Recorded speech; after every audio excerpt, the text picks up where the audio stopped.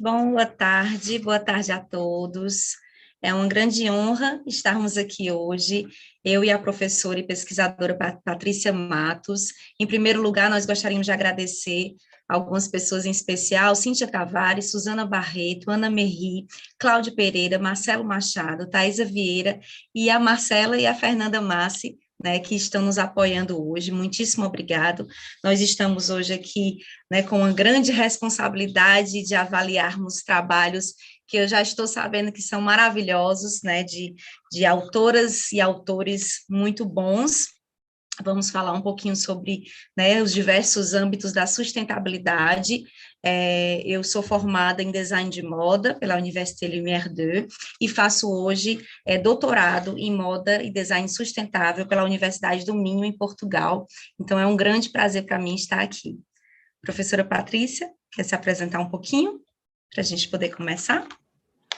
Olá, boa tarde a todas, todes e todos. Muita alegria de estar aqui hoje, dividindo essa missão com a professora Fernanda Farias. Quero agradecer primeiramente a professora Cíntia Tavares e a todo mundo que compõe aqui a organização do colóquio, a Marcela, a nossa monitora Fernanda Massi e as pessoas que compõem também o GT de Moda, Design e Sustentabilidade, que é a Suzana Barreto e o Marcelo Martins. Bom, vamos lá? A gente tem hoje uma missão e tanto, não é, Fê? Sim. Primeiro, eu gostaria de fazer só a descrição de onde nós estamos, né? Então, eu tenho o cabelo louro acinzentado, estou de óculos, estou com uma blusa de couro ecológico marrom, estou aqui no meu ambiente do meu escritório, com parede branca de tijolinho atrás e alguns móveis de madeira de aproveitamento, né? E uma cortina de linho ao meu redor. Paty, você quer falar um pouquinho de como você está? Vamos lá. Bom, eu sou uma mulher, né, de pele clara, talvez parda, né, seja lida como uma pessoa parda, uma mulher cis. Eu estou vestindo uma camisa listrada e atrás de mim tem uma parede azul, duas estantes com alguns livros e um abajur ligado, assim, para a gente dar um climinha interessante. Muito lindo, obrigada, Paty. Gostaria, então, de chamar a nossa primeira autora, né, Alanda Mabile Aguiar Silva, e a principal coautora dela, Célia Maria Santos da Silva, e elas vão apresentar o trabalho sobre possibilidades sustentáveis. A palavra é de vocês, meninas. Peço que liguem o vídeo, nós vamos desligar o nosso áudio para que vocês fiquem mais à vontade. Boa sorte. Boa tarde. Lembrando que são 7 minutinhos, vou começar a contar agora. Tudo bem. Boa tarde, meu nome é Alanda, eu sou formada em design de moda pela Universidade Federal do Piauí e, em conjunto com a professora Célia, professora e mestre também na universidade, nós escrevemos este artigo que é com o título Possibilidades Sustentáveis. Pode passar, por gentileza? Aqui o nosso contato, pode passar.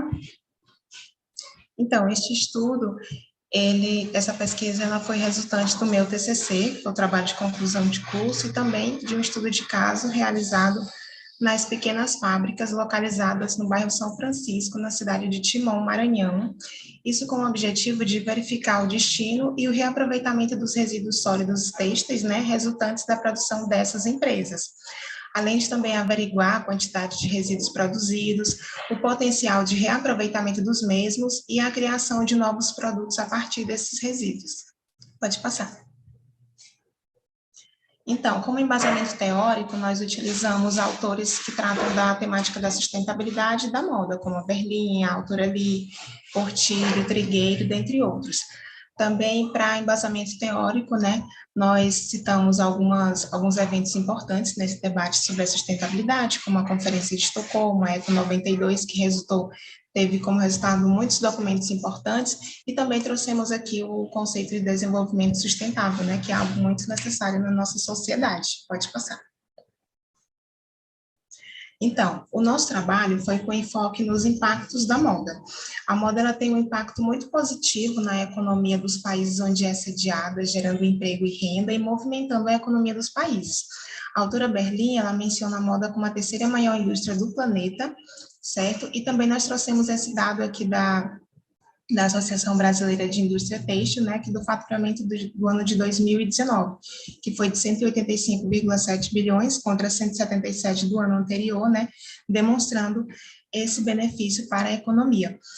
E, além disso, o Brasil ele possui o maior parque têxtil do Ocidente.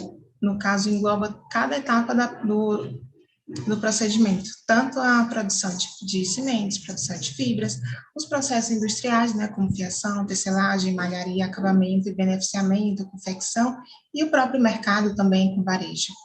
Pode passar.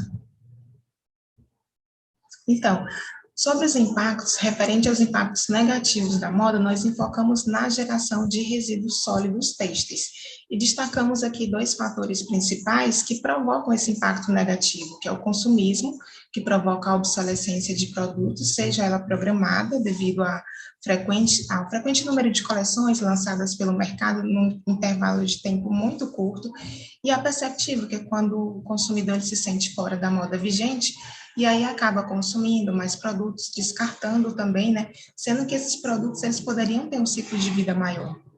E também abordamos os processos industriais, que são os de fiação e o de corte, né? Que geram mais resíduos de fios, aparelhos de tecidos, e isso acaba contribuindo para a contaminação do solo, do ar, dos rios e lençóis freáticos. Pode passar. Como exemplo aqui desses efeitos negativos, a gente citou aqui os efluentes químicos, que são resultantes desses processos industriais de tingimento, beneficiamento. Nesses procedimentos são utilizados alguns elementos químicos, como corantes, alvejantes, iluminadores ópticos, e algumas empresas elas não têm o tratamento, no caso, planejamento ambiental adequado, e acabam descartando esses efluentes na natureza sem nenhum tratamento. E, além disso, também, os resíduos sólidos têxteis, né, acabam também por, no caso, impactar negativamente. A gente trouxe aqui esse dado da Associação Brasileira de Normas Técnicas, que esses resíduos, eles são classificados na norma 2A, como não inertes. Eles podem ser biodegradáveis, solúveis em água, podem apresentar combustibilidade. Mas, em contato com substâncias químicas, né, que no caso foi as que eu citei nesses procedimentos, por exemplo, eles já vão se enquadrar na classe 1, sendo corrosivos, tóxicos, inflamáveis, reativos ou apresentando patogenicidade. Pode passar. Então, como forma de amenizar esse impacto negativo, nós enfocamos na reutilização. A reciclagem, ela demanda um custo financeiro maior, então a reutilização consiste num procedimento mais acessível para essas pequenas empresas. Inclusive, a autora Berlim, ela destaca que a indústria de estopa, enchimento de travesseiros, edredons, né, como uma forma de reutilização, mas nós também podemos reutilizar, no caso, pela produção de novos produtos. Por exemplo, nós trouxemos aqui o Banco de Vestuário de Caxias do Sul, que recebe os resíduos têxteis das fábricas no entorno dele, né? E aí produz novos produtos, também oferecem cursos de capacitação para a população. Pode passar. Então, para essa pesquisa, foi feita a aplicação de questionários com perguntas de múltipla escolha em 20 estabelecimentos. 80% deles atuam de maneira informal e 20% com CNPJ. Dos tecidos mais utilizados, a gente constatou que são utilizados mais a malha, em segundo lugar, tecidos com menos elasticidade, tecido de algodão, e o jeans com menor uso, porque alguns estabelecimentos não têm um maquinário suficiente, né, para trabalhar com esse tecido. Quanto à geração de resíduos, né, nós observamos que 10% geravam mais resíduos, 6 quilos por semana, 10% de 2 a 3 quilos por mês, e as outras empresas, em média, 5 quilos, 3 a 2 quilos por mês ou por semana. Na questão de reutilização, boa parte desses resíduos eram doados, 48%, 16% reutilizados, 3% armazenados para um uso posterior e 23% descartados. Sendo que, assim, essa doação, eles doavam para estabelecimentos também pequenos, né, que usavam esses resíduos como matéria-prima para a sua produção. No caso, são empreendimentos que têm o segmento de lingerie, seja adulto ou infantil, e aí eles utilizam esses resíduos para a produção deles, além do que também essas empresas, essas pequenas empresas, também utilizam esses resíduos também como forma de agregar na produção delas, confeccionando acessórios, por exemplo, tapetes, bonés, e também incrementando dessa forma na renda delas. E isso acaba ocorrendo no bairro, assim, de uma certa maneira, com uma economia circular. Pode passar. Aqui eu trago as referências que foram utilizadas nessa apresentação, pode passar. E agradeço pela oportunidade. Muito obrigada, Alanda. Você foi assim em Obrigada. cima do tempo, que coisa boa. Obrigada. Infelizmente, hoje a gente está. Opa, minha câmera. Infelizmente, hoje a gente está um pouquinho assim apertado em relação ao tempo, mas parabéns pelo seu trabalho. Professora Patrícia, a senhora quer chamar o próximo aluno, próximo autora? Vamos lá. Parabéns, Alanda. Obrigada. Hoje a gente está realmente um pouco apertado em relação ao tempo, então a gente faz os comentários ao final, certo? A gente fez aqui um bem bolado, o que foi uma grande surpresa para a gente, o número de trabalhos aprovados, né? A gente tem hoje 7 apresentações, nos outros dias a gente tem 8 trabalhos, então a gente vai ter que dar uma aceleradinha para que a gente consiga conversar com qualidade depois, tá bom? Bom, gostaria de chamar aqui a Mariana Buzin, com o trabalho intitulado Práticas Sustentáveis e a Indústria 4.0 no segmento Jeanswear. O artigo foi escrito na coautoria de Ronaldo Salvador Vasque e Eliane Pinheiro. Bom, Mariana, você tem 7 minutos, arrasa. Boa tarde, gente. Eu venho apresentar para vocês as práticas sustentáveis e a indústria 4.0 no segmento Jeanswear. Meu nome é Mariana Buzin, eu desenvolvi esse artigo juntamente com Ronaldo Salvador Vasques e Eliane Pinheiro. Pode passar. Bem, a apresentação desse artigo é um recorte de um projeto de iniciação científica da Fundação Araucária, realizado pelo curso de moda na Universidade Estadual de Maringá. Pode passar. Bem, primeiramente a gente pode falar sobre o surgimento e a produção do jeans, né, que se deu a partir de 1850, com Jacob Davis e Levi Strauss, quando eles desenvolveram a primeira peça em linho sur-blue, que era um tecido fabricado desde a Idade Média na cidade de Nimes, na França, também conhecido como toy de Nimes. E ele era muito utilizado para cobertura de barracas, além das roupas dos marinheiros na cidade de Gênova, em francês Genet, que originou a palavra tão conhecida jeans. Que essas são características por uma sarja de algodão, com corante indígeno no fio de ordume, retirado da raiz da planta indigno tinctoria. Pode passar. Bem, o jeans ele é uma peça muito comum nos nossos guarda-roupas e a popularização dessas peças vieram a partir de movimentos de contracultura em 1950. E elas eram muito utilizadas para se diferenciar dos vestimentas da época. Além disso, as lavanderias ganharam um espaço a partir de 1980, inserindo esses beneficiamentos como atrativo nas peças. O delavé é uma técnica muito utilizada como beneficiamento e ele consiste na descoloração por oxidação com cloro. E é um processo muito instável e violento e acaba degradando muita fibra, além de ser muito prejudicial ao meio ambiente. E por isso, a recorrência desses usos de produtos prejudiciais torna necessária a viabilização de métodos mais sustentáveis na produção. Pode passar. A sustentabilidade, ela engloba o social, o econômico e o ambiental através de aplicações de medidas incluindo todos esses campos. Em 2015, foi proposto pela ONU a Agenda 2030, que conta com 17 Objetivos do Desenvolvimento Sustentável, e entre eles a utilização da água, que é muito utilizada nesse segmento, como, por exemplo, a Vicunha Têxtil realizou um cálculo sobre esse consumo de água na fabricação de uma calça jeans, levando em consideração todo o ciclo da peça. Esse cálculo ele foi feito pelo programa Pegada Hídrica e teve como resultado 5.000 litros 196 de água por apenas uma calça, sem considerar as lavagens do consumidor final. Pode passar. Aqui a gente pode analisar, né, todos os processos do plantio, tecelagem, confecção e lavanderia, varejo, consumidor e pós-consumo. A gente pode observar que apenas o plantio já é utilizado 4.247 litros de água, totalizando nessa conta 5.196 litros de água por apenas uma calça jeans. Pode passar.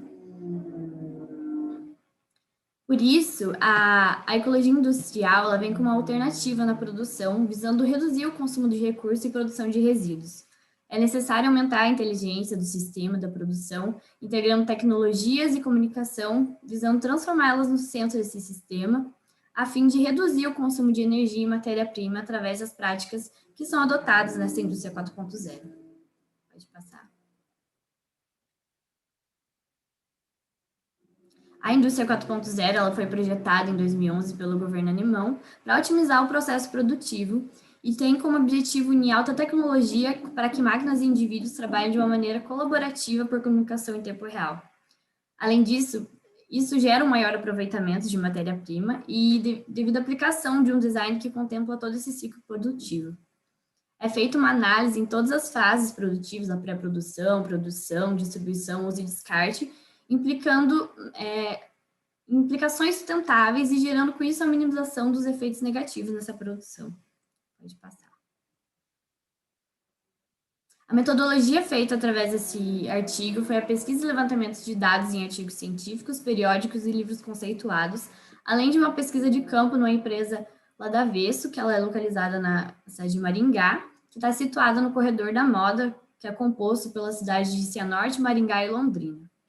Foi feita uma análise de todos os setores produtivos, como a criação, desenvolvimento de produto, modelagem, pilotagem, encaixe e corte, no intuito de constatar se há realmente ou não as práticas sustentáveis na linha de produção.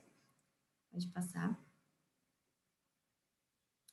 Bem, os resultados que a gente obteve com essa análise foi que as empresas de âmbito nacional e internacional, elas apresentam práticas que alinham a tecnologia e a elaboração de produtos mais sustentáveis.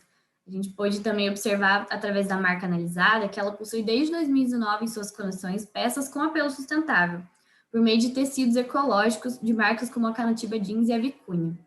Por exemplo, a Canatiba Jeans, ela possui uma lavagem de jeans que é nomeada Airwashed e pode reduzir até 80% a 100% o consumo de água. No setor do risco da empresa, há um aproveitamento de até 80% devido ao encaixe e as pontas de sobra de materiais também seriam utilizados em próximas coleções. Pode passar. Sobram, em média, uns 5 rolos de tecidos em saldos, que poderiam gerar aproximadamente 400 peças, e por isso há o aproveitamento desses tecidos no saldo em outras coleções. Entretanto, os resíduos gerados pela prototipagem são destinados a uma empresa de reciclagem, visto que a empresa gera 15 mil quilos de resíduos sólidos por mês. Por isso, é possível compreender a dificuldade de uma produção sustentável, visto que a indústria possui prazos e metas a serem cumpridas. Aqui a gente pode observar o selo Green of Change da lavanderia utilizada. Pode passar.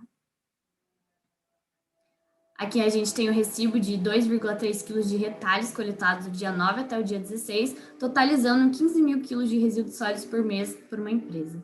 Pode passar. Então, a gente pode concluir que a implementação da indústria 4.0 na confecção e na moda colabora, sim, para as práticas sustentáveis nas necessidades explanadas. Entretanto, pode-se analisar essa dificuldade e atraso perante as marcas brasileiras da inserção de modos produtivos mais tecnológicos e viáveis ambientalmente.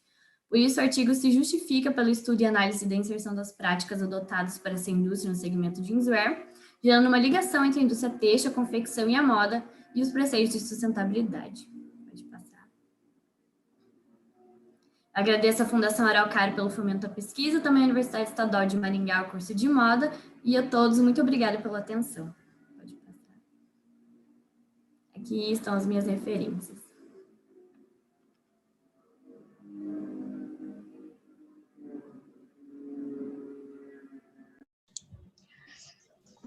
Muito obrigada, Mariana, parabéns pelo trabalho. Ao final, a gente faz alguns comentários. Parabéns, Mariana. Muito, muito bacana seu trabalho. Eu gostaria de chamar o próximo, ou a próxima. Isso.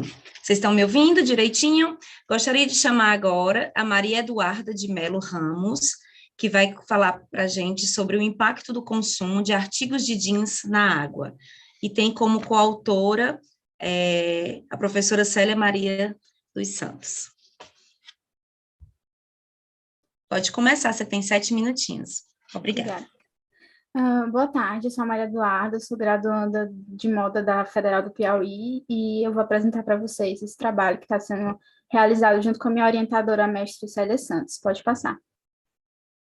É uma pesquisa de caráter bibliográfico, né, cujo objetivo é fazer esse levantamento, esse embasamento para a argumentação justificativa da parte prática da pesquisa, que é o meu TCC, e também está esperando o aval do Comitê de Ética, né, e também foi um pouco atrasada por conta da pandemia. Pode passar. Então, primeiramente, é interessante eu dizer que o meio ambiente ele não pode ser dissociado das atividades humanas e o consumo é a principal delas, né? Mais especificadamente, esse trabalho eu vou trabalhar com vocês o consumo de água. E por que a água? Além, assim, da óbvia importância desse recurso natural, existe um enorme desperdício dele, né? Enquanto grandes cidades dão descarga com água potável, 800 milhões de pessoas no mundo e 35 milhões de brasileiros não têm acesso à água potável. E para ilustrar essa questão de escassez, eu trouxe um post feito pelo Instituto Brasileiro de Sustentabilidade semanas atrás, que indica o nível de água das hidrelétricas. Ele já está bem baixo para os padrões que ele tinha. Então, existe essa questão de escassez, que na verdade é bem antinatural, porque a água é um recurso renovável, então ela não deveria estar faltando. E essa escassez, na verdade, ela é um problema de gestão, no caso, a má gestão da água. E essa má gestão ela é caracterizada principalmente pelo desperdício desse recurso das atividades humanas.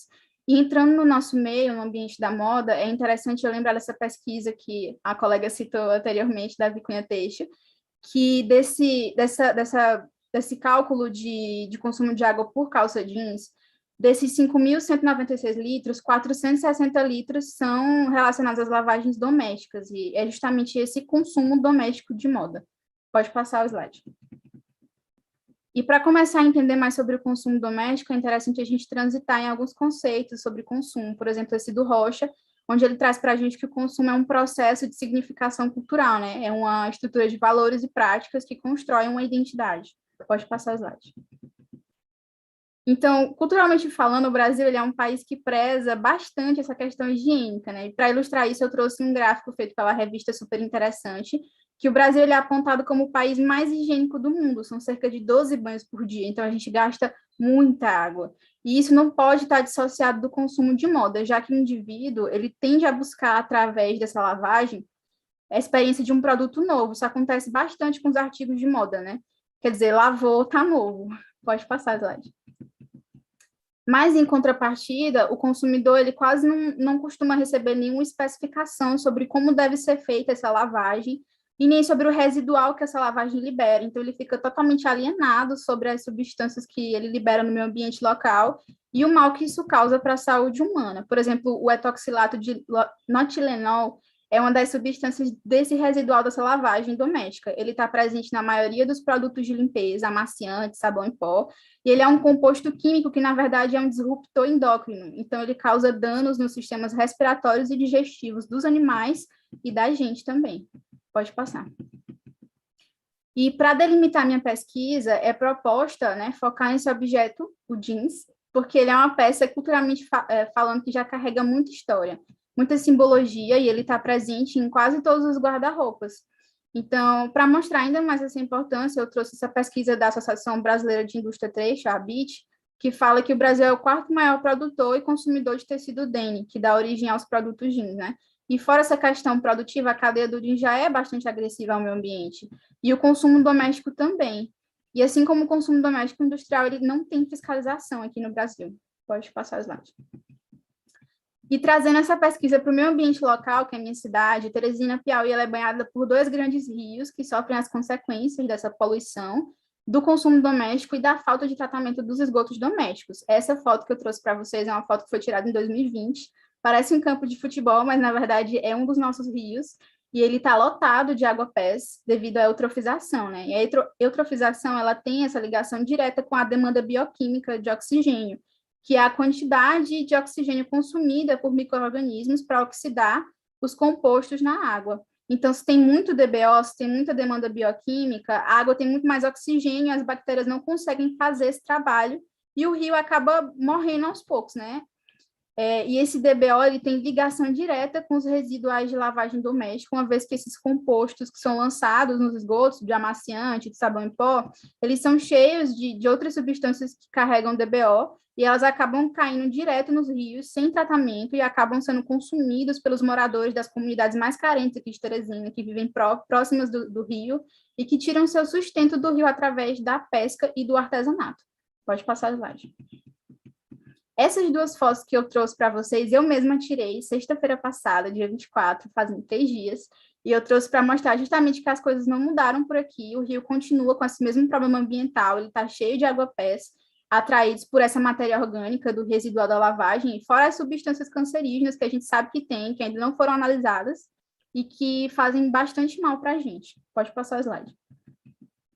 Eu trouxe mais um dado importante, que é essa pesquisa do Abreu, que foi realizada aqui em Teresina, sobre o esgoto teresinense, onde ele analisou 3 das 10 estações de tratamento, e dessas 3, 2 não conseguem remover o DBO antes de devolver a água para o rio, que vai direto para o consumo dos moradores. E ainda mais, 31% dos esgotos teresinenses só tem um tratamento adequado, e isso é menos da metade, ou seja, quase 70% não tem tratamento, e as águas, enfim, o esgoto é jogado daquele jeito mesmo.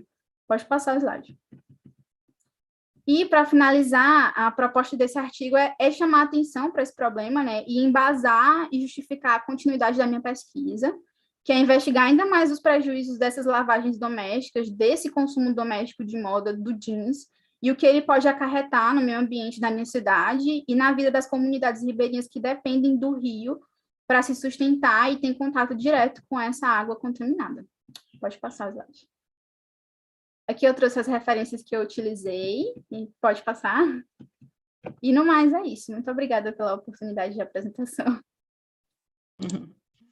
Muitíssimo obrigada, Mariana, e parabéns pelo seu trabalho, viu? Realmente um tema muitíssimo importante, a gente vai debater um pouquinho no final das apresentações. Passo a palavra para a professora Patrícia, para chamar a próxima apresentação. Muito obrigada, Fernanda, e parabéns. Opa, aqui é o alarme.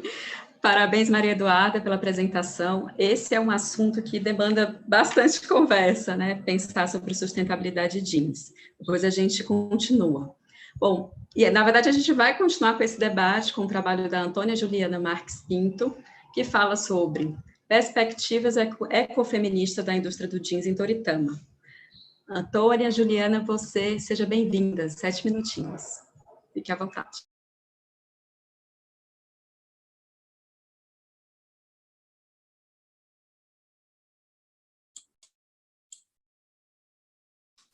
Pronto, boa tarde. Vocês estão conseguindo me ouvir? Sim, pode começar. Obrigada. Meu nome é Juliana, eu sou graduada em Design e Moda pela Universidade Federal do Ceará, e esse trabalho foi feito em conjunto com a também graduada em Design e Moda, Rebeca Bento, e a doutoranda Gabriela Rebouças, doutorando em Sociologia, e é um projeto para... Ok, não sabe o vídeo, agora fica melhor me ver. É um projeto de mestrado em Sociologia. O trabalho é intitulado Perspectivas Ecofeministas da Indústria do Jeans em Toritama, a observação do filme Estou Me Guardando para Quando o Carnaval Chegar. A pesquisa é de caráter documental, a gente resolveu usar o documentário e ter um olhar ecofeminista sobre a situação apresentada no documentário. As características da indústria do jeans na cidade de Toritama, para dar um panorama geral, são 45 mil habitantes, 43 mil pessoas trabalham diretamente ou indiretamente com a indústria do jeans, mas somente 7 mil trabalhadores são empregados formalmente, que é um caráter muito de trabalho informal. As chaves analíticas desse artigo é o ecofeminismo, moda e trabalho, que a gente vai falar um pouquinho adiante. Pode passar. O que é ecofeminismo? O ecofeminismo ele vai apontar similaridades históricas, culturais e simbólicas que existem entre a opressão das mulheres e a exploração da natureza. Isso é muito claro quando a gente analisa o trabalho invisibilizado das mulheres, o trabalho doméstico, e quando a gente observa o uso excessivo de recursos naturais. Essa autora, Barragan, ela vai falar que esses dois trabalhos eles são vistos como gratuitos, apesar de serem essenciais para a acumulação de capital. E isso é possível ver isso dentro da situação da indústria do jeans em Toritama. Eu trouxe um exemplo que é claro, assim, para entender que a ação das mulheres na indústria têxtil, como as mulheres elas se organizam dentro desse cenário de exploração do trabalho doméstico, exploração dos recursos naturais, a ação das mulheres na indústria têxtil em Santa Cruz do Capibaribe, em Pernambuco, onde um grupo de mulheres costureiras se reuniram para lutar por remunerações justas de trabalho e para levantar um debate sobre o papel da mulher na sociedade a partir de perspectivas feministas. E aí eu trouxe uma citação para esclarecer um pouco o tema. Na sociedade patriarcal, a produção e a manutenção da vida é tarefa das mulheres, que são responsáveis por recursos como água, comida e preservação da terra. O que isso quer dizer? De acordo com a divisão sexual do trabalho, foi delegado às mulheres o papel de cuidadora, o papel de serem responsáveis por recursos essenciais à vida. Quando existe atividades industriais que provocam a devastação do meio ambiente, como a indústria do jeans apresenta em Toritama, as mulheres são majoritariamente mais afetadas. A gente vai esclarecer um pouquinho isso lá na frente. Pode passar. Falando um pouco sobre os impactos socioambientais da indústria do jeans, é marcado por terceirização e informalidade, já que são oficinas familiares, é muito marcado por essa terceirização, por acordos entre as pessoas, sem um trabalho formal, marcado por longas jornadas de trabalho, como é possível ver no documentário, que são mulheres que relatam que começam a trabalhar às 7 horas da manhã, terminam 11 horas da noite, falta de logística ambiental das lavanderias, que não tem essa água tratada, o que agrava a escassez de água que já é presente na região, e os efluentes industriais dessas lavanderias têm um alto teor poluidor que contribuem para a má qualidade da água do rio em uma região já deficiente de tratamento sanitário.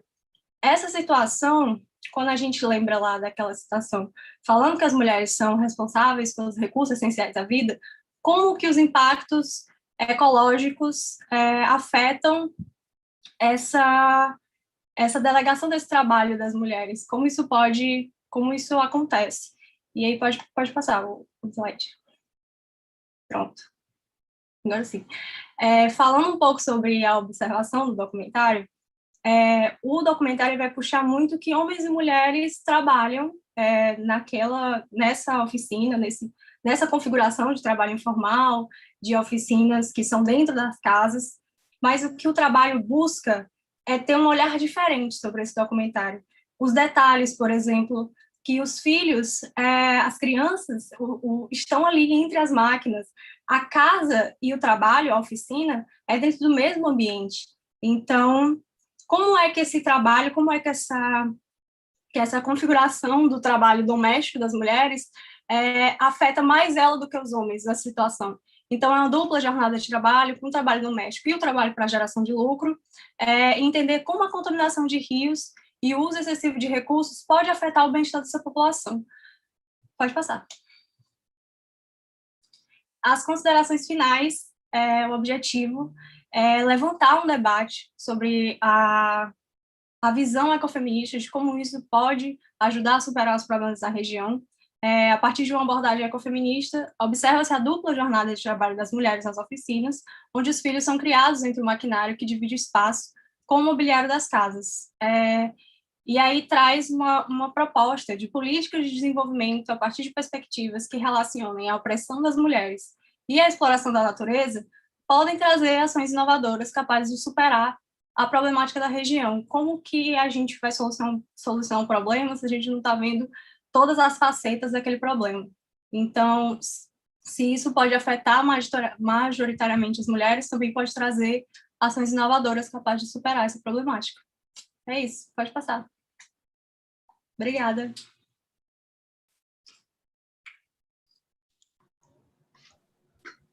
Meus parabéns, Juliana, e as pessoas autoras do seu trabalho. Muito interessante essa perspectiva. Acho que o debate vai render bastante. Bom, muito bom. Os temas estão muito bons, né, Paty? Hoje a gente tem vontade Sem já dúvida. de falar agora. Exatamente, estou aqui me segurando. Parabéns a todos que já apresentaram até agora, mas ainda não terminou, que ainda tem muita coisa boa aqui chegando.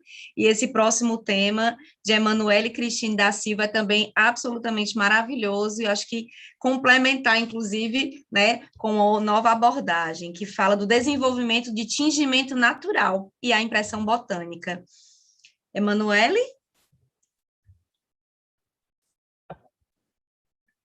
Oi, boa tarde. Boa tarde. Você tem 7 minutinhos, tá bom? Tá bom. Bom, meu Até daqui a nome é Emanuele Cristina da Silva, sou bacharel em Design de Moda pelo Centro Universitário Católica de Santa Catarina.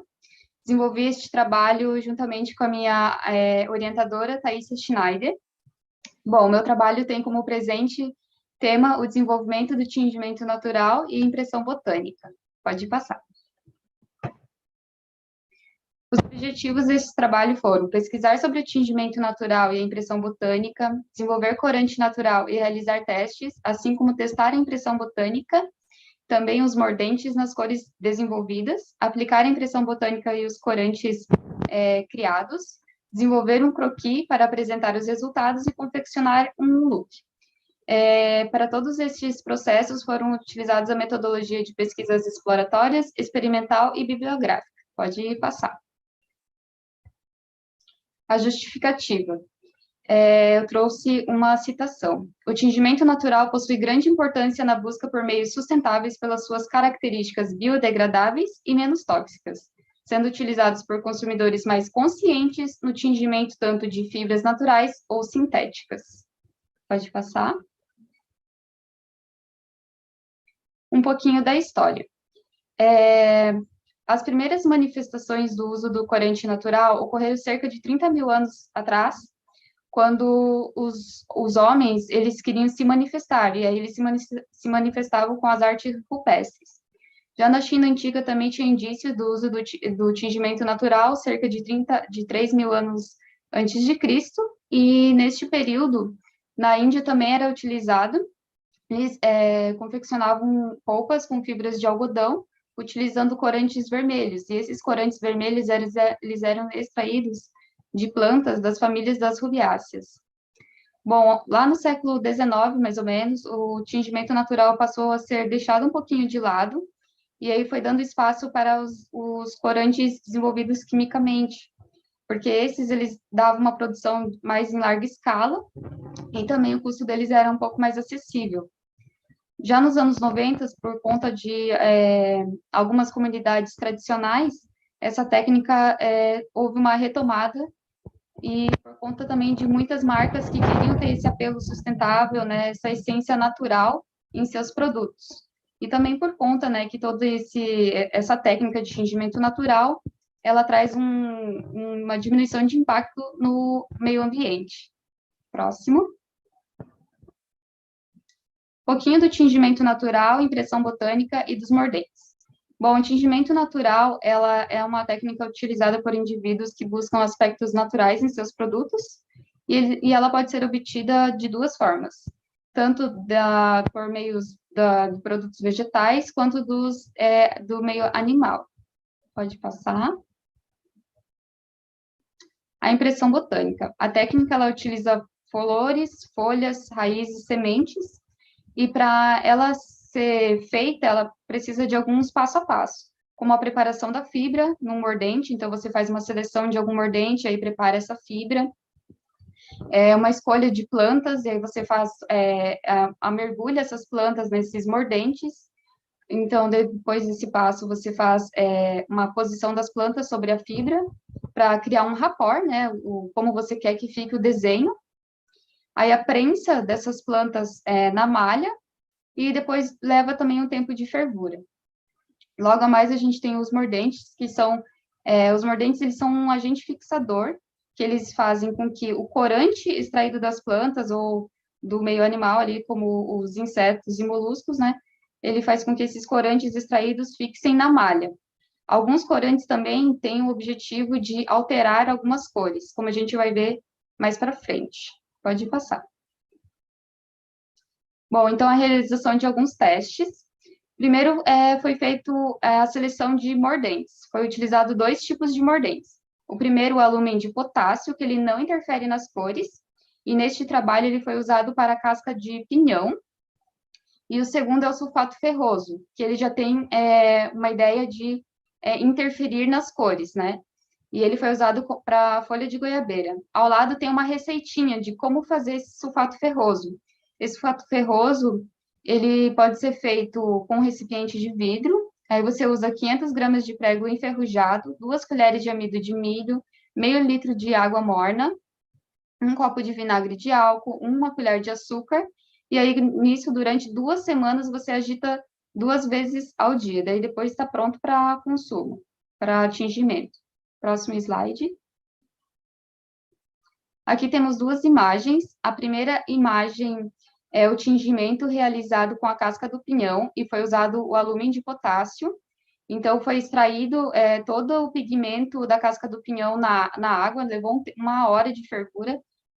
Tanto para a casca do pinhão quanto para a folha de goiabeira, o tempo de fervura foi o mesmo, foi colocado um recipiente com as cascas do pinhão e outro recipiente com as folhas de goiabeira, deixou 1 hora de fervura para sair todo o pigmento, né, dos elementos, e aí depois foi transferido para a malha. Então, na primeira imagem foi usado o alumínio de potássio, que não interferiu na cor, deixando um marronzinho da casca do pinhão, e na imagem seguinte da folha de goiabeira, ao invés de ficar um verdinho ou ficar um marronzinho, ele ficou um tom de grafite, quase que um preto, porque justamente, né, o sulfato ferroso, ele tem a ideia de alterar a cor. Essas bases são um moletom. Próximo slide. Depois a gente tem os testes de impressão botânica, que na primeira imagem era um teste para usar alguns elementos para ver quais seriam os resultados, né? Então, foi usado folha de goiabeira, folhas de eucalipto e cascas de cebola, já sobre uma base tinta. Esses elementos, antes de colocar sobre a base, eles são mergulhados numa solução. Essa solução é chamada de solução escura, que é uma mistura de um pouco de vinagre, 100 ml de vinagre, com 1 colher de sopa daquele sulfato ferroso desenvolvido de forma caseira. Aí você mexe bem, ele deixa uma forma homogênea em um recipiente, mergulha os elementos nessa solução e aí vai colocando sobre a base ali, conforme você queira que fique o seu rapport. Na imagem seguinte, no segundo passo, um rolinho, o qual que depois de montada a estampa, você coloca um cordão, uma corda, bem no início da malha e vai enrolando para ficar super apertadinho e levar 1 hora de vapor, para depois sair a estampa. Próxima slide. Essa primeira imagem é o resultado como ficou, então dá para se evidenciar um pouco do preto, que é da folha de goiabeira, e já a imagem seguinte é a estampa oficial que foi escolhida, que foi feita apenas com as folhas de goiabeira, que se evidenciou mais com os testes. Próximo slide. Emanuele, deixa eu só te interromper, porque já está passando quase 1 minuto do teu tempo, aí se tu conseguir só dar aquela resumida, seu trabalho está maravilhoso, tá bom? Mas só para a gente concluir, tá bom? Muitíssimo obrigada. Obrigada. Aqui a gente tem um croquis que foi desenvolvido, um vestido e um casaco, o qual vai ter o recorte. Então, aqui são 2 imagens do vestido utilizado, o tingimento com as folhas de goiabeira, o qual ficou um pouco como se fosse um efeito de tie-dye. Próximo slide. E aqui um casaco, o qual foi utilizado a impressão botânica e o tingimento com a casca do pinhão. A impressão botânica foi usado em alguns recortes e no forro do capuz. Próximo slide. E aqui as considerações finais. Então, este trabalho me proporcionou uma experiência única, assim, de se obter vários conhecimentos de como desenvolver desde o tingimento natural até como criar um mordente, né, para fazer essa fixação. E, contudo, notou-se que cada resultado, por mais que você faça novamente, tente novamente tingir igual, nunca vai sair igual, porque, como é uma forma caseira, cada extração de pigmento vai ser diferente, porque cada elemento é diferente um do outro.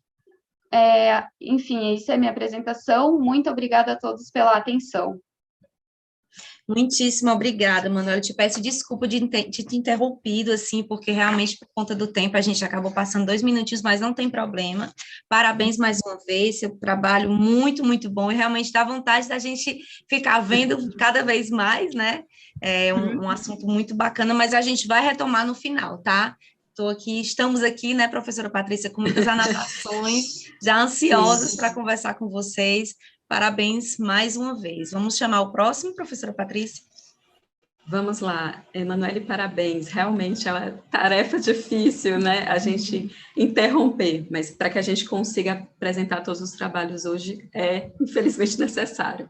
Bom, quero chamar aqui a Isabelle Rodrigues Cavalcante, vai apresentar o trabalho intitulado como A Nova Onda do Beachwear, Moda e Sustentabilidade, que foi escrito em parceria com Marina Giovana Ramos e Priscila Medeiros Camilo.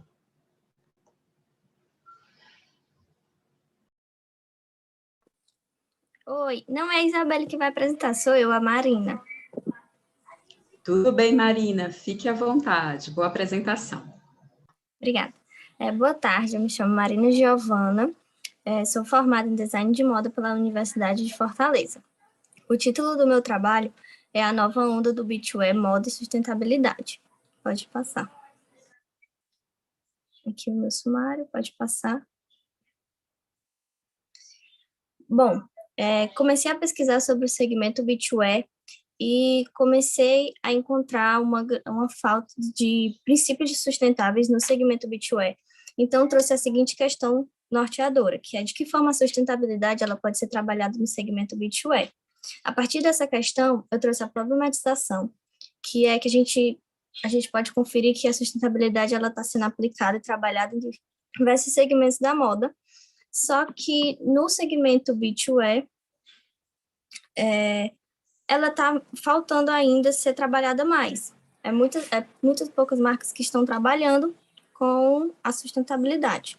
Por ser um segmento muito peculiar, que demanda um processo e materiais muito particulares. Pode passar. A minha justificativa que eu trouxe para o meu trabalho foi que o Ceará ele é referência nacional e internacional no segmento beachwear, porque os produtos eles acabam se destacando pela sua beleza e qualidade das peças produzidas. Os pontos fortes dos produtos locais que nós temos são esses, então acaba se destacando. Podemos perceber que a grande demanda de consumidores conscientes que buscam os produtos sustentáveis está crescendo mais e mais, e o segmento beachwear ele não está acompanhando esse crescimento. Pode passar. O meu objetivo geral foi analisar de que forma a sustentabilidade está sendo aplicada no segmento beachwear do Ceará. Com isso, eu trouxe 3 objetivos específicos, que foram identificar marcas cearenses do segmento beachwear que apliquem os princípios sustentáveis em seu negócio, descrever os materiais e os processos de produção e descarte que essas marcas utilizam e detectar qual dos pilares as marcas cearenses beachwear estão trabalhando em seus negócios. Pode passar. Bom, o primeiro tópico é sobre sustentabilidade versus moda. Podemos perceber que o desenvolvimento sustentável, ele propõe uma grande mudança no desenvolvimento econômico, juntamente com a harmonia do desenvolvimento ambiental e social. A partir disso, percebemos que é necessário sabermos sobre fast fashion e slow fashion, pois o fast fashion é aquela produção mais rápida, com um descarte mais rápido também, semanalmente. E o slow fashion é uma produção em massa, com um descarte, com uma consciência ética. Os percentuais de impacto da moda que eu trouxe foi que estima-se que 170 mil toneladas de resíduos têxteis são descartados por ano no Brasil. A partir dessa pesquisa, trouxe que são descartados 1 caminhão de roupas por segundo no Brasil. A partir dessa pesquisa, consegui descobrir o maior desafio da moda, que é a conscientização dos consumidores. Muitos consumidores, eles não sabem que tudo isso é descartado fora, acaba originalizando muita negatividade para o nosso planeta. Pode passar. O segundo tópico do meu trabalho é moda praia cearense. O cenário de moda praia no Ceará é muito diverso. A gente pode encontrar diversas faixas de preço e vários lugares de moda, vários lugares de compra. As características da moda praia cearense se destacam muito pelo, como eu falei no começo, o cenário de moda ele é referência nacional e internacional, pelo fato dos produtos terem uma beleza única e uma ótima qualidade. Ademais, no Ceará, nós temos uma cultura de busca por vestuários mais baratos, que geralmente é no segmento beachwear, pela facilidade de ser encontrado em camelôs, feiras de rua ou em sacoleiros. Pode passar. Bom, a minha metodologia foi uma pesquisa exploratória, pesquisa descritiva, bibliográfica de campo. Eu fiz estudo de caso de 3 marcas do segmento B2S cearenses que aplicam princípios em seus negócios, princípios sustentáveis. Fiz uma coleta de dados, que foi uma entrevista estruturada com empresárias de 3 marcas cearenses e uma abordagem qualitativa. Pode passar. A primeira marca que eu entrevistei foi a Serena Soul. É uma marca cearense que busca enaltecer os elementos da cultura cearense. A principal dificuldade que a marca me apresentou foi a escassez de matéria-prima. Com isso, a marca priorizou trabalhar em seu negócio, o pilar ambiental, fazendo trabalhos de campanhas de conscientização e eles fazem aproveitamento de tecido. Pegam os tecidos e fazem ecobags como embalagem dos biquínis. A Marilissa foi a segunda que eu entrevistei. É uma marca cearense que engloba em seu mix o segmento beachwear, que tem foco em coleções enxutas e designs atemporais. A principal dificuldade para a marca é a questão da comunicação de conscientização aos consumidores. Os pilares que a marca utiliza são o ambiental e o econômico. O foco ambiental é em tecidos e ações com menos impacto, e o econômico é transparência entre cliente e fornecedor para oferecer um preço justo. A Biosabre é a terceira marca que eu entrevistei. É uma marca de beachwear cearense que busca respeitar e preservar a natureza e não só vender biquíni. O principal desafio para a marca é a comunicação das escolhas que os consumidores fazem que acabam prejudicando o nosso planeta. Então, eles trabalham com o ambiental e o social, pois faz campanha de conscientização e trabalho social de limpeza na praia. Pode passar. As minhas considerações finais foi conhecer e reconhecer o segmento beachwear. Muitas pessoas acham que sabem como é o segmento, mas tem muita coisa que nós não sabemos. Conhecer a moda praia cearense, ainda mais essa inclusão de sustentabilidade na moda praia cearense, porque já foi difícil a busca por lojas, marcas que trabalham com esses princípios, então, uma cearense foi mais difícil ainda, a necessidade da sustentabilidade ser aplicada nos negócios, a escassez da sustentabilidade no segmento beachwear, a dificuldade de encontrar essas marcas foi muito grande, mas são poucas que tem, porque muitas não sabem como aplicar a sustentabilidade. Pode passar. E foi isso, obrigada. Meus parabéns, Marina, e as pessoas que fizeram a coautoria do trabalho. Trabalho de muita qualidade, não é, professora Fernanda? E agora, a gente vai dar seguimento, né, para o nosso debate. A gente tinha mais um trabalho, mas que até o momento não foi recebido, as pessoas não puderam vir, então a gente pode começar. Professora Fernanda, você gostaria de fazer as primeiras considerações?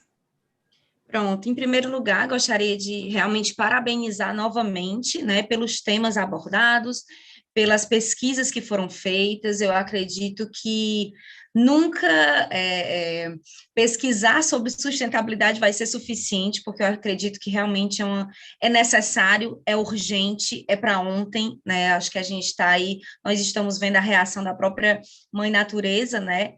Não nos punindo do que nós fizemos, porque ela não tem essa característica, mas simplesmente como consequência dos nossos próprios atos, né? Então, ver pessoas jovens, né, que estão realmente buscando estudar sobre esse assunto, me deixa muito feliz, né? Eu sou também uma grande pesquisadora em sustentabilidade, né? Doutoranda nesse assunto, também com livro sobre o assunto também, então, para mim, é muito, muito bom. Eu vi muitos assuntos bacanas, eu fiz aqui várias anotações, né?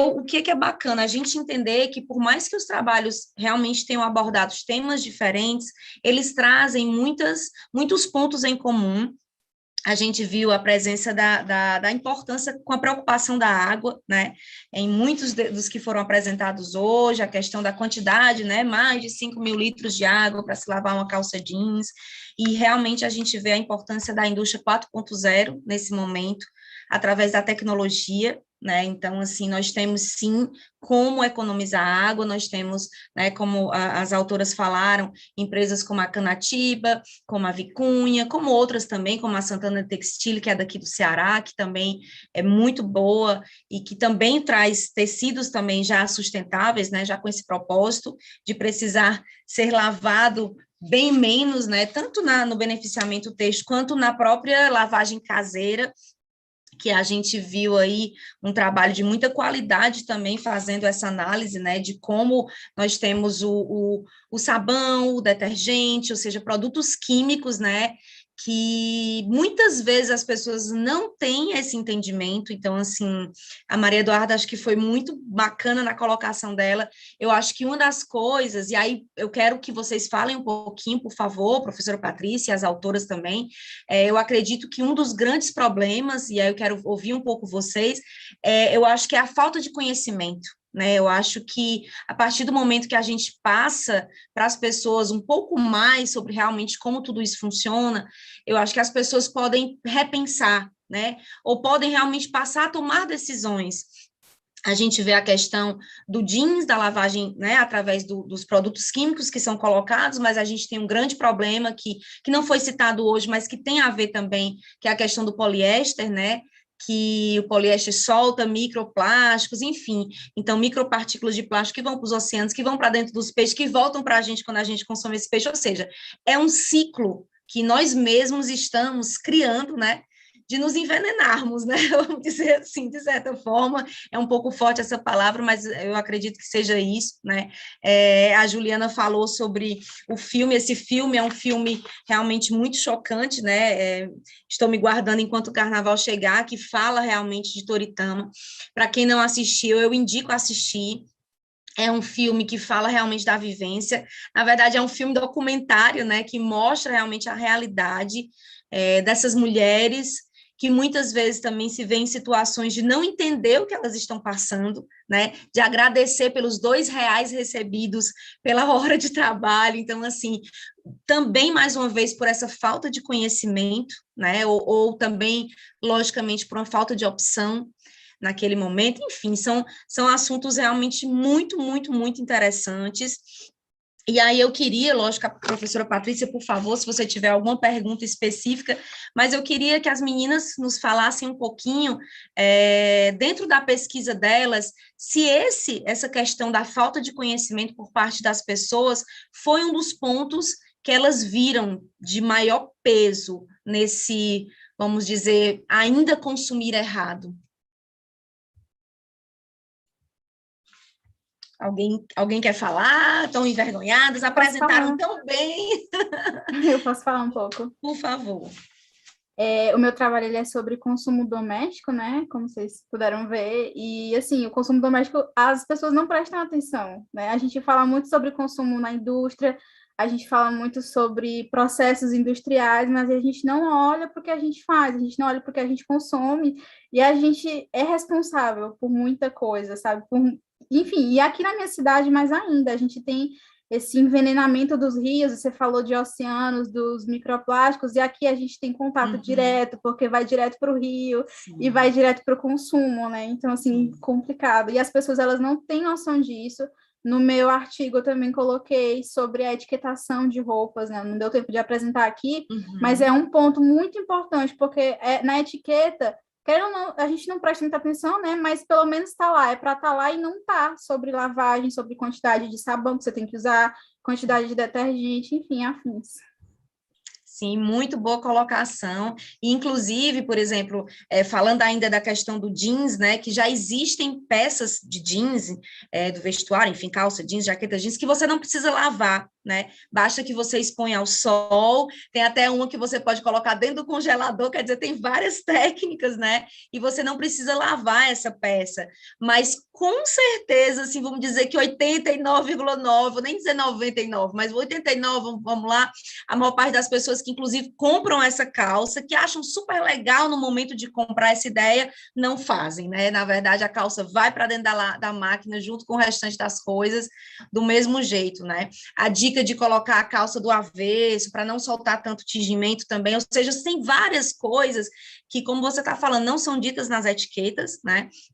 Ou às vezes até são, né? Não esse tipo de coisa que a gente está dizendo aqui, mas a forma de como lavar, etc e tal, mas simplesmente nós não olhamos, né? Nós, como um todo, nós consumidores, acabamos realmente não olhando. A Mariana queria falar, complementar, Mari, por favor.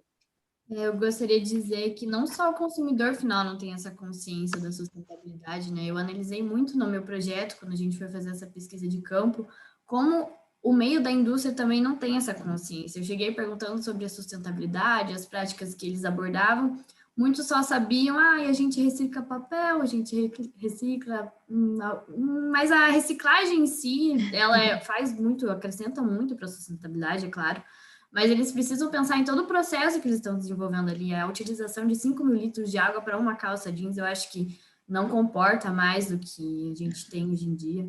É necessário a gente analisar, a gente acrescentar essas informações e tornar isso público, né?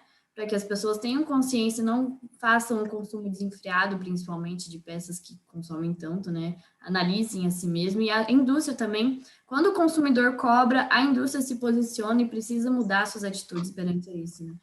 Com certeza, acho que a Mariana disse uma coisa muitíssimo importante, realmente nós não temos esse conhecimento dentro das indústrias, e às vezes até temos, sabe, mas não é tão comercialmente interessante, né, e aí é como você falou, acaba tendo que realmente partir do público, partir do consumidor, né, e inclusive é uma coisa que hoje nós temos muito mais possibilidades de trabalhar de forma mais sustentável. Ainda falando do jeans, em termos de beneficiamento, nós temos hoje beneficiamentos que não precisam utilizar água, né? Então, assim, e que trazem o mesmo efeito nas calças jeans. Então, assim, você pode trabalhar com laser, a Celinha pode falar, assim, com muita propriedade, que ela é especialista no assunto. Celinha, se você quiser complementar, né? Eu tive a oportunidade de trabalhar com a Célia na Santana Textil, inclusive, né? Então, assim, foram anos muito ricos de aprendizado, porque realmente ela é um ás, assim, nessa parte de beneficiamento, e muitos outros também, né, Celinha? Mas principalmente nessa parte de beneficiamento, e realmente a gente sabe que não precisa mais hoje, para a grande maioria, né, das técnicas que antigamente a gente utilizava como permanganato, como o próprio Destroyed e por aí vai, né? Hoje nós temos técnicas que a indústria 4.0 nos trouxe através do laser, enfim, que faz realmente com que a gente utilize muito menos ou até o zero mesmo de água. E através da própria indústria 4.0, nós temos também toda a questão do reaproveitamento, né? Então, eu tive a oportunidade de visitar empresas, né, de beneficiamento têxtil, que a gente podia abrir a torneirinha e beber a água, porque realmente eles fazem todo esse ciclo para que torne essa água potável, né? E a água dos funcionários, da diretoria, enfim, da visita, de todo mundo, era justamente essa água que passava por todo esse processo, né, de limpeza, enfim. Então, isso é muito importante, ou seja, existem possibilidades, né? Existem muitas possibilidades e isso realmente é muito, muito importante. Eu não sei se a professora Patrícia quer falar um pouquinho, ou a professora Célia, querem falar um pouquinho também sobre o assunto, ou se mais alguém quer complementar. Gostaria de falar um pouquinho também. Marcela abriu o microfone, ou a Célia, ou não? Célia, gostaria de falar gente, antes de mim? Lá novo, eu falei para vocês no início. A internet está ruim, a internet dela, gente. Então, qualquer coisa, se falhar, a gente vai entendendo por aqui. Mas pode falar, Patrícia, se você quiser, enquanto ela se organiza. Perfeito. Célia, qualquer coisa você me interrompe, tá?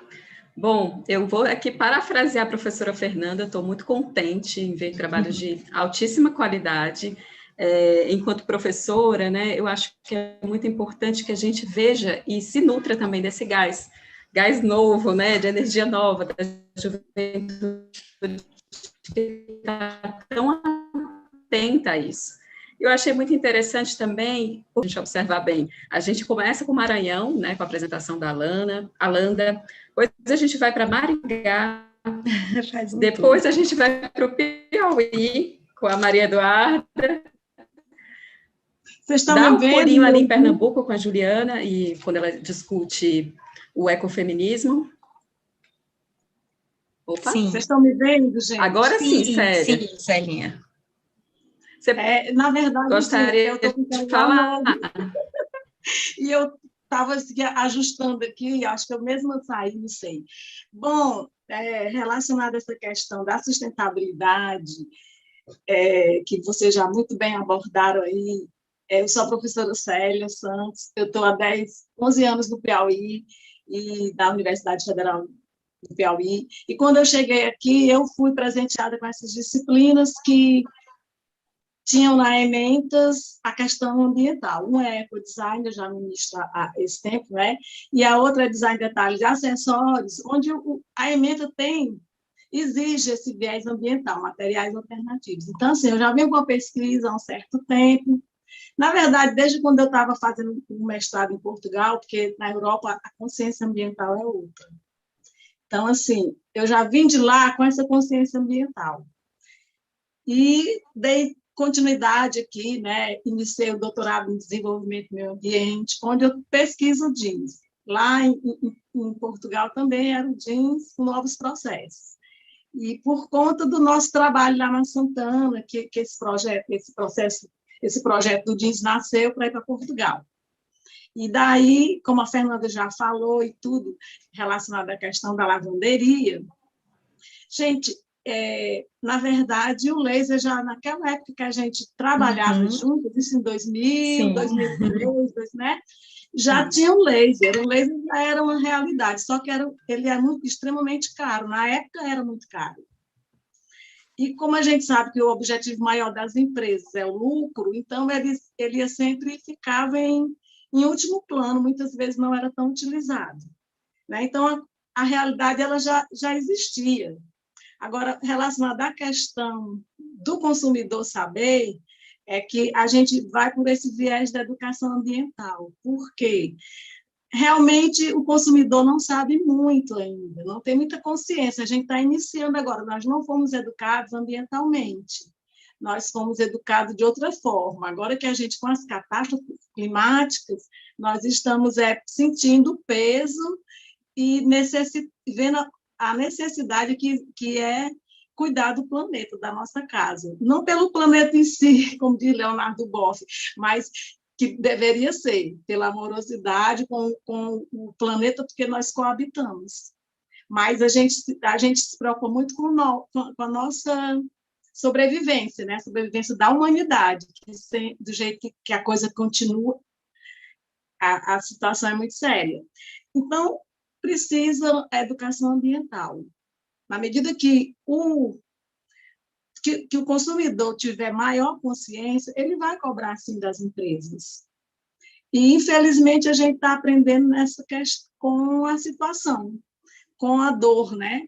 A gente viu recentemente aí, eu não sei se vocês viram, teve uma chuva de areia, uma coisa num dos estados aqui né? Seríssima, as pessoas ficaram assustadas, porque a gente não tinha esses problemas no Brasil. E, obviamente, aquele desmatamento na Amazônia e no Pantanal, ele vai acarretar situações em outros locais, porque o planeta, ele opera em rede. A gente mexe aqui e desconecta acolá. E, com o tempo, a gente vai aprendendo mais, porque a gente está aprendendo ainda, a gente está estudando essa questão ambiental, né? Os cientistas estão a todo vapor aí trabalhando, mas a gente está aprendendo com a situação. Então, assim, é preciso que a gente tenha uma educação ambiental para que a gente possa ajudar aos produtores a fabricarem de forma ecologicamente correta. e nós estamos dando aquele passinho de formiga. Nós aqui, né, reunidos, trabalhando. Com né? certeza. Porque o meu ambiente, eu acho ele assim, ele é a minha paixão. Eu sou apaixonada por esse assunto, né? E incentivo muito aos meus alunos. A Duda é minha aluna, a Landa já foi, e a gente continua na pesquisa. A Landa continua comigo na pesquisa, né? E a Duda também, e outros alunos. O mais alunos. interessante, sem Pode dúvida, falar, Célia, muito bem colocado. E acho que o mais interessante é que a gente aprende muito com os nossos alunos, né? Eu lembro que eu também tive aí essa sorte, uma enorme sorte de ser aí responsável por ministrar uma disciplina chamada Moda, Design e Sustentabilidade na UFC. Acho que, acredito que seja por esse motivo que esteja aqui hoje. Esqueci de me apresentar assim em detalhes. E, bom, uma das coisas que eu sempre me impressionava era, primeiro, o interesse dos alunos e alunas, né? Essa vontade de que a sustentabilidade ela não estivesse localizada apenas no âmbito teórico, que a gente estudasse autoras e autores e a gente ficasse ali no âmbito teórico discutindo roda da lâmpada. Na verdade, eles sentiam muita necessidade que eles tinham de colocar a mão na massa. E, mais do que isso, de que a sustentabilidade fosse pensada transversalmente em todas as disciplinas, não apenas na disciplina específica de sustentabilidade, mas assim, vamos estudar modelagem, que a sustentabilidade seja o princípio, né, norteador das práticas. Exatamente. E aí é muito interessante perceber isso. E outra coisa que a gente discutia muito, e também muitas vezes pautado pelos próprios alunos e discentes, que diziam o seguinte: é muito importante que a gente possa, sim, questionar o consumo doméstico, questionar como que isso se dá, mas mais do que isso, eu acredito e concordo com você, Célia, que a gente precisa se educar de forma geral, mas mais do que isso, acho que a gente precisa pensar de forma conjunta, integrada. Porque muitas vezes o impacto maior não é no consumo doméstico, mas muitas vezes é dentro das indústrias, né? Eu digo em volumes, né? Montantes. E essa educação de alguma forma, nos instrumentaliza para que a gente possa cobrar por iniciativas, não só da iniciativa privada, mas também das políticas públicas, né? Que eu acho que isso está presente em alguns dos trabalhos ditos aqui, né? Por exemplo, o trabalho da Juliana Marques, quando ela fala sobre essa necessidade de também tensionar isso, né? Então, eu acho que é preciso que a gente possa pensar para além também do consumo individual. Como é que a gente vai pensar em cada uma dessas pontes, né? Porque eu acho que uma coisa é o consumo individual, outra coisa são o que as empresas estão fazendo e o que a iniciativa pública também está.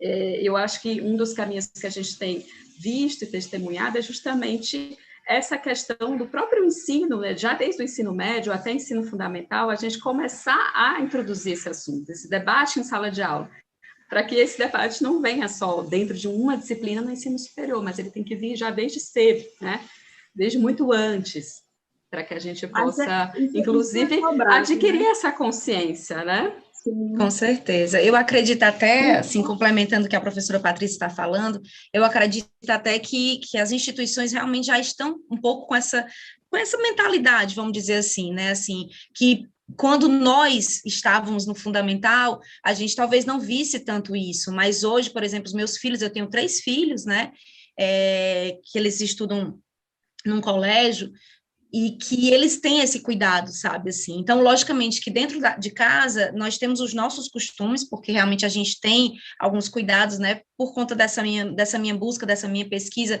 relacionada à sustentabilidade, né, tanto que agora, para vocês terem noção, minha filha quis abrir um brechó, sabe, assim, que ela disse: mamãe, eu não vou mais comprar roupa e não quero que as minhas amiguinhas comprem, a gente vai trocar entre a gente, porque esse negócio de comprar, não sei o quê. Então, quer dizer, logicamente que são coisas que ela escuta dentro de casa, né, mas a gente tem que ver também que a gente está numa geração diferente, né, a gente vem quando a gente estuda realmente essa questão do perfil do consumidor, do perfil das pessoas, né, a gente vem de gerações do baby boomer, enfim, coisas que a gente já escutou milhares de vezes, né, assim, mas a gente está numa geração hoje a geração dos meus filhos, né, a geração alfa, que é justamente totalmente plugado em tecnologia, mas totalmente plugado também nessa sustentabilidade e nessa preocupação com o meio ambiente, e a gente já estamos entrando em outra geração que nem nome ainda tem, né, que ainda vai ser mais ainda do que eles já são.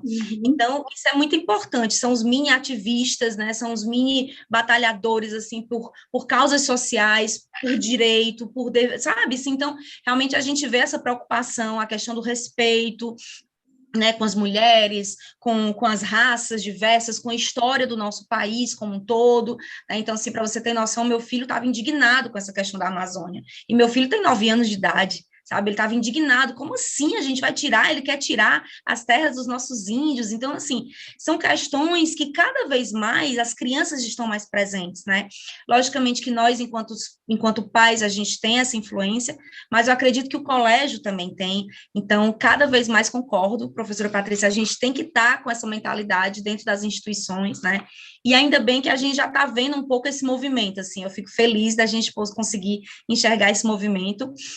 E aí eu queria puxar um pouquinho também a apresentação da Marina, né, que ela falou dos nossos biquínis aqui do Ceará, né, e foi muito interessante o que ela falou também, fazendo esse comparativo com o excesso de resíduos também, infelizmente é uma realidade o que ela falou, a cada 1 segundo, né, assim, um caminhão gigantesco de resíduos têxteis são jogados nos lixões, né, não só no Brasil, mas no mundo todo, então, assim, são milhares de toneladas de resíduos têxteis, né, que realmente acabam prejudicando os nossos solos e que podem sim, né, serem reutilizados. A gente viu no primeiro trabalho também, né, algumas ideias aí de como eles poderiam ser reutilizados. Isso é importantíssimo, isso é muito, muito bacana. E quando a gente fala de brechó, de certa forma, é também uma reutilização, né, quando a gente fala da própria reciclagem, né, do upcycling, enfim, existem realmente muitas técnicas, e isso realmente é muito bacana. Infelizmente, existe ainda uma diferença, quando a gente fala dos biquínis no Ceará, a gente tem ainda realmente uma diferença muito grande de grandes empresas e de pequenas empresas, né, mas lógico que todas elas têm as dificuldades e o direcionamento delas, e automaticamente a gente acha que as pequenas empresas que, por precisarem ali sobreviver, acabam realmente buscando um produto mais rápido, né, um fast fashion, uma coisa mais rápida, sem se preocupar tanto com essa questão da sustentabilidade, e ela citou 3 marcas muito bacanas, inclusive uma das marcas é de uma ex-aluna minha, que é a Serena Soul, então eu sei que realmente isso está no sangue dela, né, essa luta por essa causa social, essa causa sustentável pelo meio ambiente, então é uma coisa que é de verdade, sabe? Eu quis colocar isso porque é uma coisa que a gente precisa realmente entender, que nós também estamos ali mergulhados num greenwashing, né? Que é dessa mentira onde marcas querem dizer que são sustentáveis, querem dizer que tem esse propósito, mas na verdade não tem, é puro marketing, porque está na moda dizer que é sustentável, né? E é importante a gente realmente entender e a gente conhecer a fundo essas marcas, né? E aí eu aproveito também para puxar um pouquinho, né, para a Emanuele, que ela falou né, do tingimento natural, né, assim, dessa impressão botânica, que é algo que me fascina, né, eu sou consumidora de marcas, assim, que trabalham com a Flávia Aranha, com outras marcas que trabalham com esse tipo de processo, que é absolutamente maravilhoso, e sim, cada peça é única, não tem como a gente repetir, né, e enquanto alguns podem achar que isso não é legal, né, porque a gente não pode ter os famosos repiques, mas ao mesmo tempo isso é absolutamente sensacional, porque isso torna uma peça única, né, ela é a sua peça, e a gente também está num momento onde cada um, né, ao mesmo tempo nós estamos numa era do compartilhar, numa era do se unir, mas ao mesmo tempo nós estamos numa era de autoconhecimento, onde cada um busca o que realmente é, e tem uma peça, né, de certa forma única, isso também é muito legal, principalmente feito, né, com elementos naturais, então isso é absolutamente fascinante, fascinante. Não sei se tem alguma pergunta, tem alguns comentários, o pessoal comentando no YouTube, elogiando, certo? Dando os parabéns, falando dos temas de vocês, são realmente maravilhosos, né? Silvana falando assim, jovens profissionais com essa preocupação, parabéns, né? Então, assim, realmente, eu fico muito feliz de estar aqui, né? Somos o futuro da moda, é muito bom ver tamanha preocupação socioambiental nos trabalhos, E, assim, eu fico muito orgulhosa, né, a tia Coruja aqui, a professora Coruja, de todos vocês, mesmo sem ser, mas, de certa forma, a gente se sente um pouco assim, né, Paty, assim, fazendo parte desse momento com elas, de muito... Sem dúvida, e de muito aprendizado para a gente também, né? Eu sei que a gente está com o tempo aqui um pouco apertado, Fê, são 3h22, né? Isso. A gente ainda tem alguns minutinhos, a Marcela está nos lembrando aqui, né? Eu queria fazer algumas perguntas, vamos ver se a gente consegue. Claro, a nossa vontade é perguntar para todas vocês que apresentaram hoje, mas dado aí o limitador tempo, a gente vai ter que filtrar um pouquinho, né? Infelizmente e felizmente pelo lado de que tivemos muitos trabalhos, né? O que já pontua para a gente, já mostra para a gente a importância dessa discussão. A importância, o interesse, isso tudo vai nos alimentando com esse quentinho de que a gente está no caminho certo. Bom, queria perguntar para a Alanda, e eu achei teu trabalho muito bacana, já te parabenizo, com quantas empresas você trabalhou para fazer esse mapeamento, né, no Maranhão? Isso eu realmente não consegui pegar da tua apresentação. E como foi o acesso a elas, né? Como foi que você conseguiu estabelecer essa conversa? Como foi que elas te ajudaram para pensar essas possibilidades? Isso seria uma coisa interessante de saber. E da mesma forma, também foi algo que eu queria perguntar para a Marina, né? Quando ela fala das 3 empresas de moda praia, Serena Soul, Marilisa, a Bolsable, também queria saber como é que ela encontrou. Ela disse para a gente que teve muita dificuldade, mas queria saber como é que foi esse processo, se vocês puderem falar rapidamente. E, bom, para Juliana Marques, eu achei seu trabalho muitíssimo interessante, desde a primeira vez que li, né? Eu li seu trabalho quando você mandou para avaliação, e eu acho que ele vai despertando para a gente um outro olhar para a sustentabilidade para a moda, né? Que é essa perspectiva feminista, ecofeminista, né? E aí, o que eu fiquei, assim, um pouco inquieta, a dúvida que eu tive lendo o teu trabalho e agora, ouvindo a tua apresentação, é como é que o filme te ajuda a pensar sobre essas questões. Assim, qual a relação do filme com o ecofeminismo? Por que que eu estou perguntando isso? Porque acho que o filme, ele é um documentário, como a professora Fernanda colocou, que nos levanta várias questões, né? Ele não é só sobre sustentabilidade, não é só sobre Toritama, não é só sobre jeans, são relações sociais que se estabelecem ali. E eu acho que você coloca para a gente algo muito importante para pensar essa dimensão de gênero, como as coisas se dão de forma distinta para mulheres e homens. Porém, eu fico me questionando se o ecofeminismo ele dá conta disso. Será que a gente não precisaria também pensar relações de gênero, né? Porque eu acredito que a gente precisa pensar, quando a gente pensa a relação mulheres, né, e homens, a gente precisa colocar esses 2 campos, né, essas 2 categorias para conversar, porque elas, muitas vezes, né, para entender, como isso não sou eu que estou dizendo, né, mas para entender a realidade das mulheres, a gente precisa olhar para a realidade dos homens, sem que com isso a gente caia no binarismo, mas como é que essas relações muitas vezes se dão na atenção, na complementaridade, na negociação, como é que isso se dá? E aí, uma autora interessante que lembrei, né, ouvindo a tua pesquisa, foi a Joan Scott, justamente porque ela fala um pouco sobre isso, né? Ela fala que para entender uma realidade é preciso pensar essa realidade nas relações, né? E aí eu queria saber como é que você pensa sobre isso, se você puder falar um pouco mais, como é que o filme te ajuda a pensar sobre essas questões, essa dimensão. Quem gostaria de começar? A Alanda? Oi, boa tarde. Então, eu acho que é porque eu falei muito rápido, mas foram 20 questionários aplicados, então foram 20 empresas.